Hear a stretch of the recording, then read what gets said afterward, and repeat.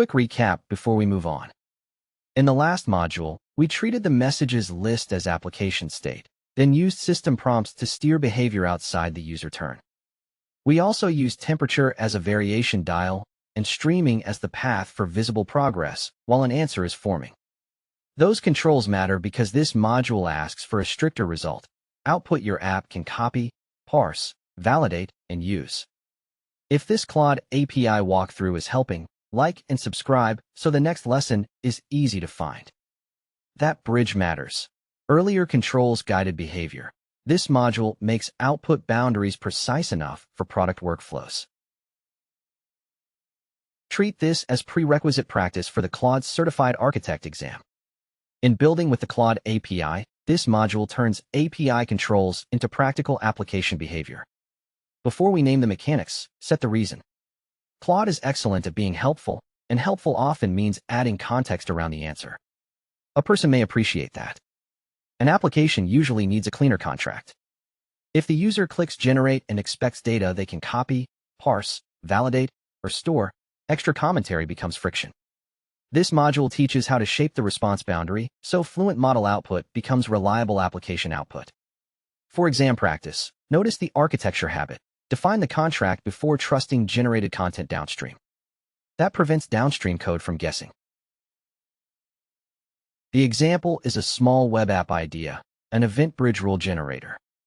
A user describes what they want, clicks generate, and expects a clean AWS EventBridge JSON rule they can copy. That sounds simple, but it exposes the problem.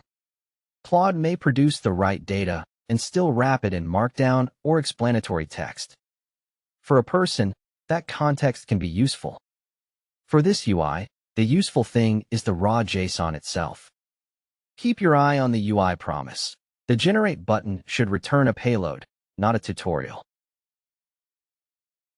Here is the subtle part. The JSON can be correct and still not be application ready. The rule contains source set to AWS.EC2, detail type set to EC2 instance state change notification, and detail.state set to running. But the default answer may also include a code fence and a sentence explaining what the rule does. Now the user cannot copy the whole response safely. They have to manually isolate the payload. The payload fields are useful. The surrounding prose is what breaks automated handling and quick copy paths. The fix combines two controls. First, the user message still asks for the EventBridge rule as JSON. Second, the assistant message is pre-filled with the opening of the format we want, 3 backticks followed by JSON. That tells Claude it has already started the JSON block. Then the stop sequence is the closing 3 backticks. When Claude reaches that boundary, generation ends before extra commentary can appear. Prefill chooses the starting lane. Stop sequences mark the exit before Claude writes beyond the contract. In the notebook, the contract is compact. Start with messages. Add the user message. Generate a very short EventBridge rule as JSON. Then add an assistant message that already contains the opening marker, 3 backticks, and JSON. Finally, call chat with stop_sequences set to the closing 3 backticks. The visible notebook controls include run all, restart, clear all outputs, and Jupyter variables, but the API idea is the same. Prefill the opening, stop at the ending. This is why the helper functions matter. They make the response shape explicit in the request history. The target output is not more dramatic. It is cleaner.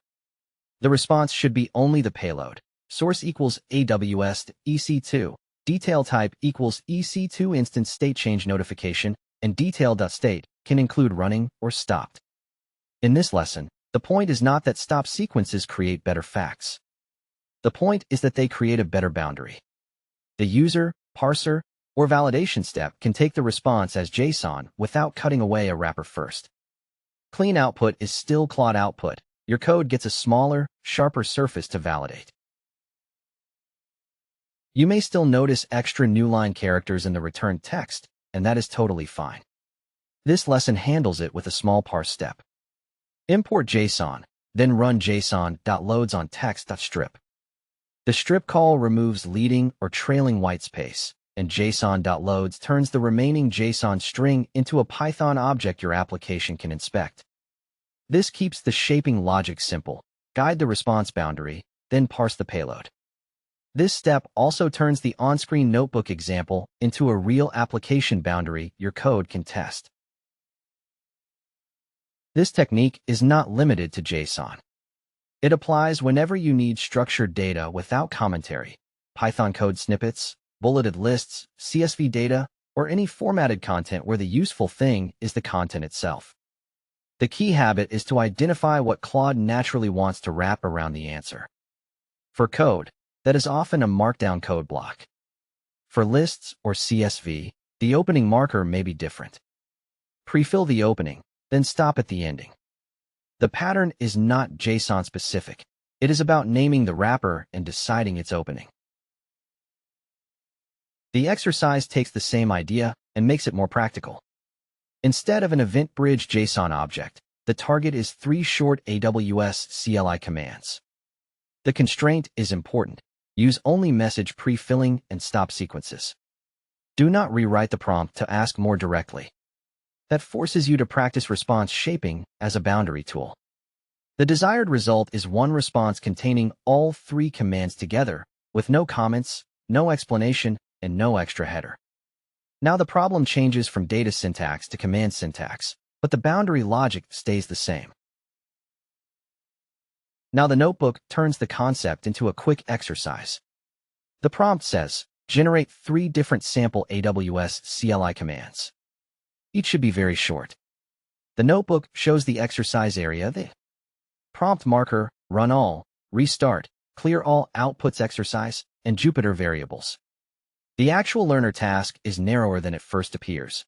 Keep the prompt as is, then use only message prefilling and stop sequences to get the command output into the right shape. The exclamation marks create pressure in the prompt. The exercise asks response shaping to do the cleanup. Baseline answer means the first chat result before any assistant prefill or stop sequence is added. It is not useless. It gives commands like AWS S3ls, AWS EC2 describe instances, and AWS IAM list users. But it also includes a header, number descriptions, labels, and markdown code fences. The notebook renders it as markdown so it is easier to inspect. That makes the teaching point visible. The content is there, but it is not yet the single clean response the exercise asks for. Baseline success on content is not enough when the application surface needs command lines only.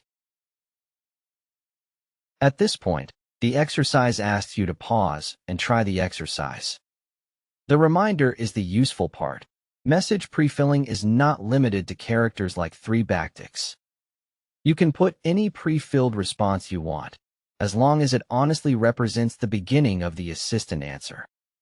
That hint becomes important later.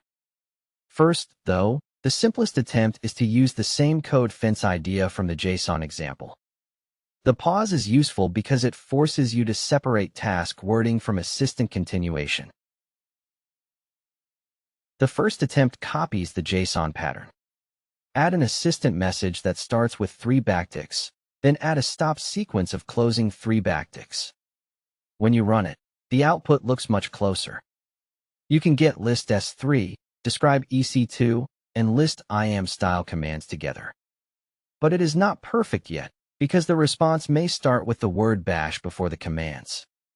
This attempt proves a partial fix, fewer words around the answer, but the language label remains uncontrolled. The word bash comes from markdown behavior. When you write 3 backticks, you are starting a markdown code block. The next optional token can be a language identifier, like bash, so a renderer knows which syntax highlighting to use. Claude is trying to be helpful by filling in that identifier. For this exercise, though, bash as the first output token is still extra text. We need to control that part too. Once Claude sees an empty code fence, choosing bash is reasonable, so the next prefill must remove that choice. The next improvement is to include bash in the prefilled assistant message. That makes it clear that the assistant is already inside a bash-formatted markdown code block, so Claude does not need to add the language identifier itself. This can make the start cleaner. But the notebook notes two remaining problems. Sometimes you only get one command, and because it is a bash block, Claude may try to add bash-style comments. Including bash consumes that token, yet the response can still drift into too little output or comments. From here, the lesson calls out two failure modes. First, Claude may return a single command because it is trying to make three separate markdown code blocks. Second, because we have framed the output as bash, Claude may insert bash formatted comments, like, "This command does XYZ."